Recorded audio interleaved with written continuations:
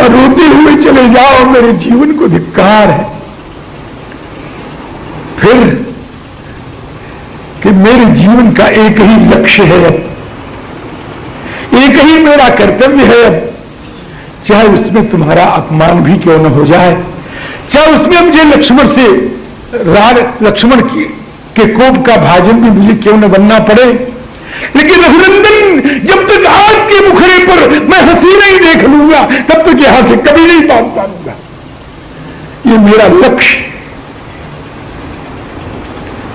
अब मैं जानता हूं तुम कैसे हंसते हो।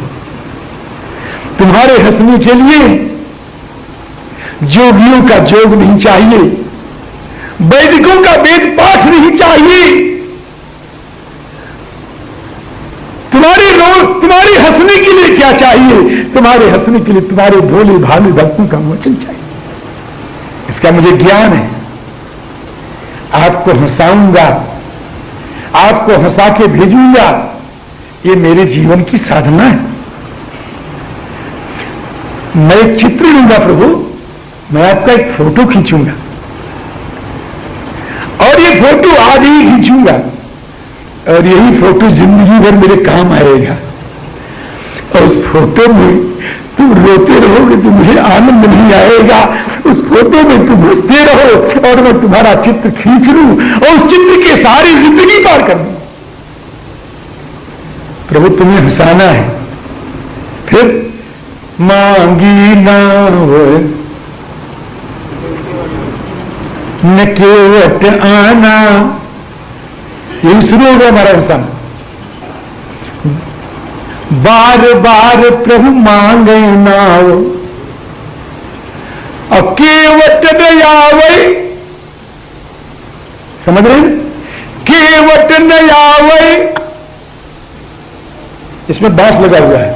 ठाढ़ो बांस धरि बाही पे, केवट न आवे ठाढ़ो बांस धरि बाही पे। कोटि कोटि, गोस्वामी का पद नहीं है, किसी भाव भक्त का है। कोटि कोटि ब्रह्म सुख होत बलिहार, कोटि कोटि ब्रह्म सुख होत बलिहार। रघुनंदन के मांगिबे पे, केवट की नहीं पे। मांगी नाव न केवट आना, मांगी नाव। ऐसे हम उर्दू अंग्रेजी का प्रयोग नहीं करते अपनी कथा में। न कभी उर्दू का शेर कहूं, न अंग्रेजी की कोई फ्रेज कहूं, कुछ नहीं कहता। न कोई इडियम कहूं, न कहावत कहूं, कुछ नहीं। मेरा नियम नहीं है। ऐसे मुझे याद बहुत है, एक बात और बताऊंगा आपको, लेकिन आज मैं कहूंगा। इस प्रसंग में हमेशा कहता हूं, इस तरफ ख्वाहिश है, इस तरफ ख्वाहिश है दुनिया भर के शहंशाह की, और उस तरफ साफ इनकार है एक मस्त लापरवाह की। क्यों? इश्क के झगड़े में ये कोशिशें होती हैं चाह की, दीन वत्सल की दया हो तो जिद रहे मल्लाह की। देखिए किसकी फतेह हो, फतेह भी नहीं विजय, देखिए किसकी फतेह हो और किसकी हार हो। ये दोनों मल्लाहों में, ये दोनों मल्लाहों में पहले किसकी हस्ती पार हो। देखना, मांगी नावन केवट, ये भी चौपाई है महाराज 10वें दिन कहने की, बहुत लोगों ने सुना होगा इसमें। मांगी ना, लेकिन अब नहीं, 2500 वर्ष पहले। मांगी नावन केवट आना। भगवान ने कहा, अच्छा तिले तू चरण धो ले, अब मुझे पार कर दे। आप क्या कर रहे? इसका निरोड़ा कर रहे केवट का।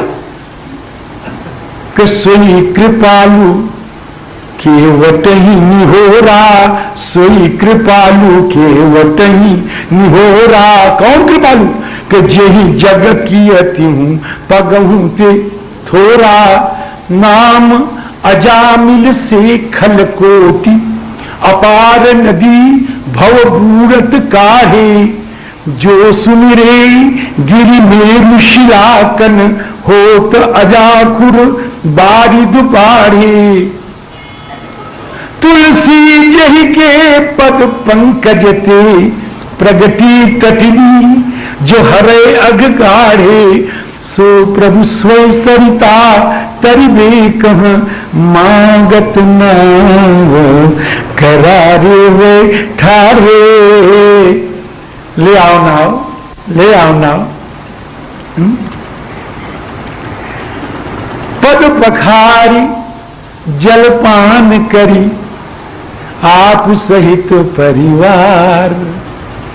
और पितर पार करी प्रभु पुरी, मुदित गयो लय पार। उतरी ठाढ़ भय सुर सरी रेता। मुझे तो केवट का उस पार का प्रसंग जो है ना बहुत अच्छा लगता है, और मैं उसी के कथावाचक हूं। इस पार की केवट को तो मैं 7 दिन में निकाल देता था, और उस पार की केवट को मैं 15 दिन में कहता था महाराज। उतरी ठाढ़ भय, लेकिन मैं 5 मिनट में निकल रहा हूं। उतरी ठाढ़ भय सुर सरी रेता, सिय राम गुह लखन समेता।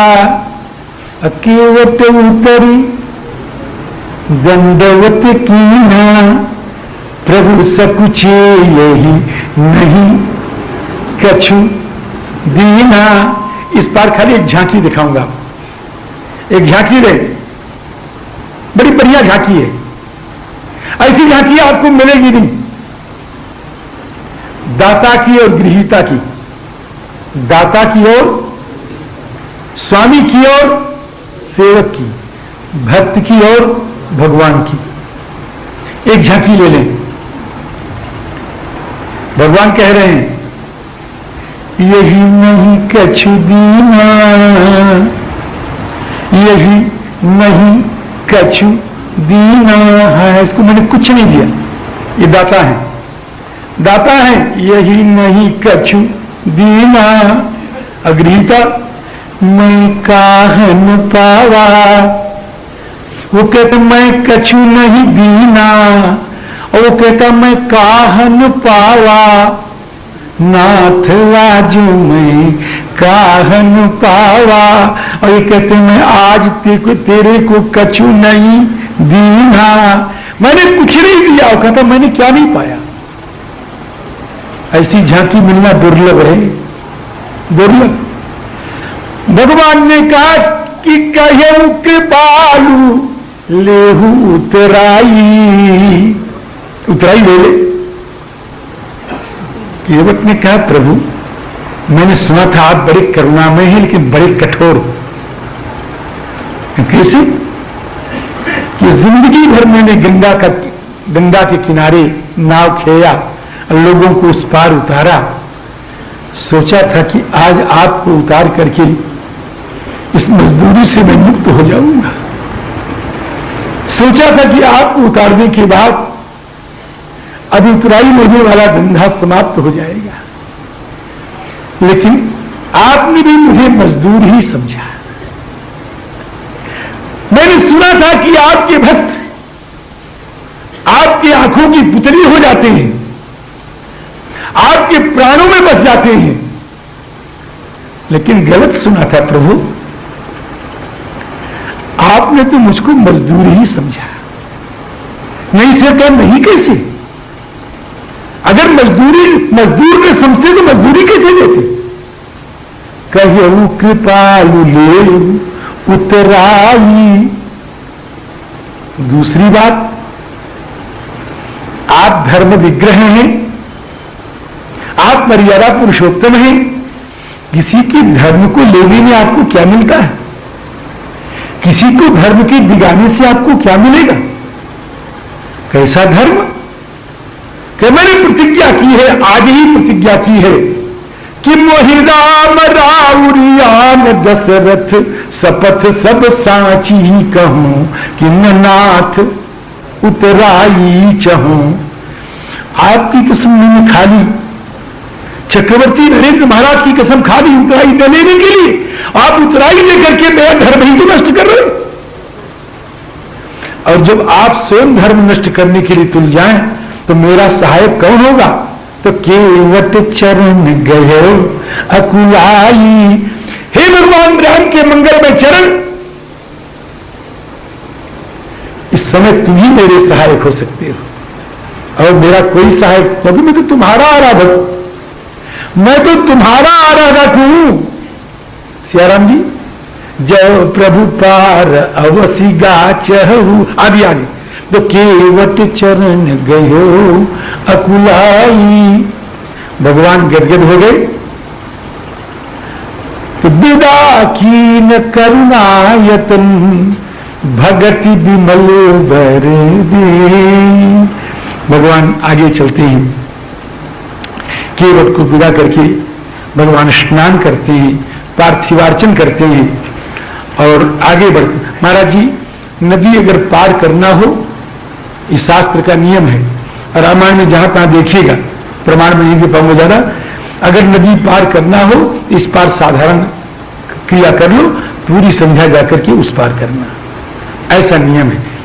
तो तब मज्जन करी रघुकुल नाथा पूजी पार्थिव नायो माथा। गंगा जी का पूजन किया श्री सीता जी ने, गंगा जी ने आशीर्वाद दिया है। और उसके बाद एक बट वृक्ष था, उस बट वृक्ष के नीचे जाकर के ठाकुर ने विश्राम किया। निषाद राज ने सारी सेवा की है। सियाराम, तेहि दिन भयो बिटप तर बासु लखन सखा सब कीन सुपासु। प्रातः काल उठ करके संध्या वंदन करके तब प्रभु भरद्वाज पही आए। ठाकुर जी भरद्वाज के पास आए और मुनिवर के चरणों में जाकर के दंडवत किया। करत दंडवत मुनि उरलाए। अब भरद्वाज जी ने बहुत कुछ कहा है, निचोड़ बतला दूं। भरद्वाज जी कहते हैं कि अब करी कृपा देहु बर एहु निज पद सर सिज सहज सनेहु। हे प्रभु, अपने चरण कमलों का स्नेह मुझे प्रदान करें कृपा करके। और एक सूत्र कह रहे हैं श्री भरद्वाज जी महाराज संपूर्ण भक्तों के लिए, कहते हैं रघुनंदन, छल छोड़ करके, मन वचन कर्म से छल छोड़ करके, बड़ा भारी सूत्र है भक्तों, इसको याद कर लो कि तुम्हारा कल्याण हो जाएगा। मैं सूत्र निकाल के बता रहा हूं भरद्वाज जी के प्रसंग से। मैं हर प्रसंग का जो सार है वो मैं एक चौपाई में कहता हूं।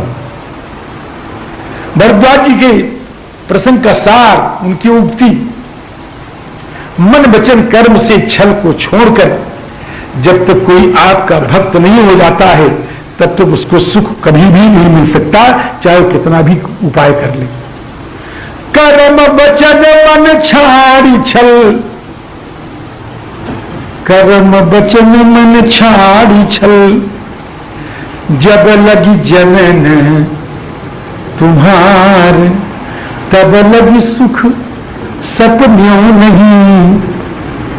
याद कर लो इसको, किए कोटि उपचार, है ना, इसको याद कर लो अच्छी तरह। फिर राम कीन विश्राम निसी, रात्रि में विश्राम किया। अपरात प्रयाग नहाए, चले सहित सिय लखन जन।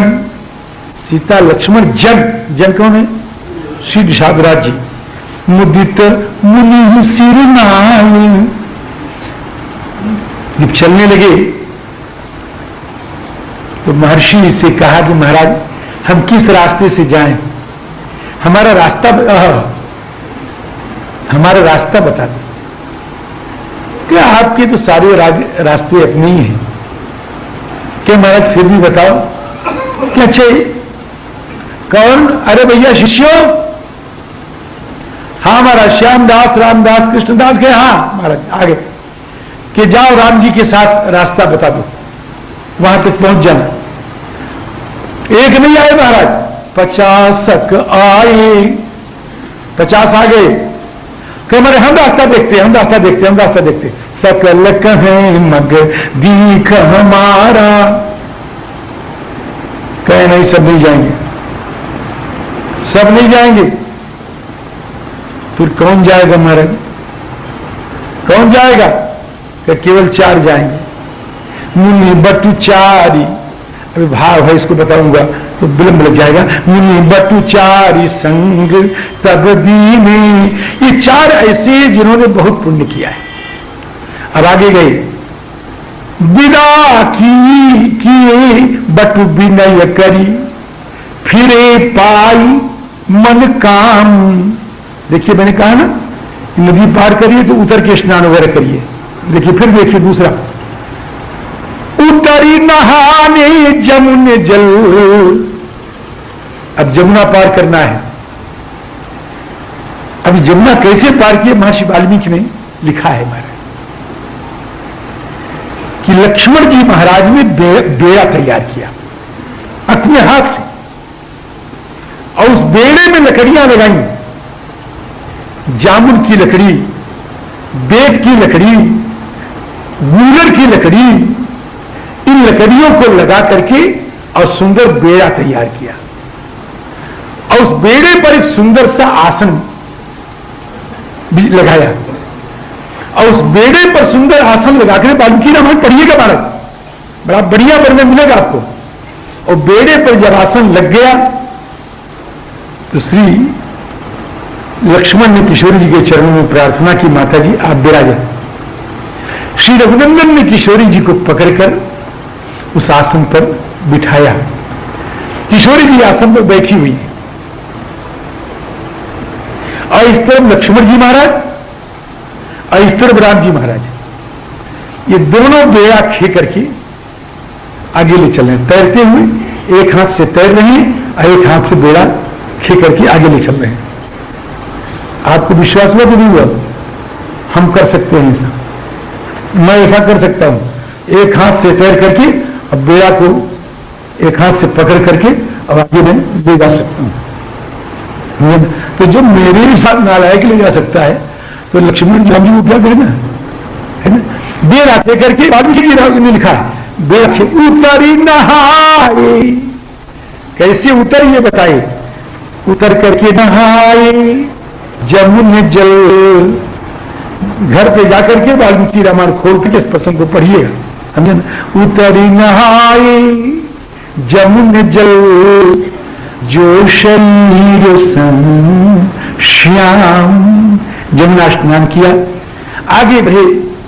अब चित्रकूट की सीमा में ठाकुर जी प्रवेश करने जा रहे हैं। अब चित्रकूट की सीमा में पूज्यपाद आचार्य चरण विश्ववंद्य महात्मा महर्षि गोस्वामी तुलसीदास जी महाराज ने सुना कि चित्रकूट की सीमा में भगवान प्रविष्ट हो रहे हैं, मैं इनका स्वागत करूं। और हर ग्रंथ का नियम है कि कभी कहीं न कहीं अपने को उसमें अपने आराध्य के चरणों में उपस्थित करता है। गोस्वामी जी ने सोचा कि इससे बढ़कर के कोई और उपयुक्त समय नहीं मिलेगा। गोस्वामी चित्रकूट बहुत दिन रहे महाराज। गोस्वामी जी महाराज चित्रकूट में बहुत दिनों तक रहे।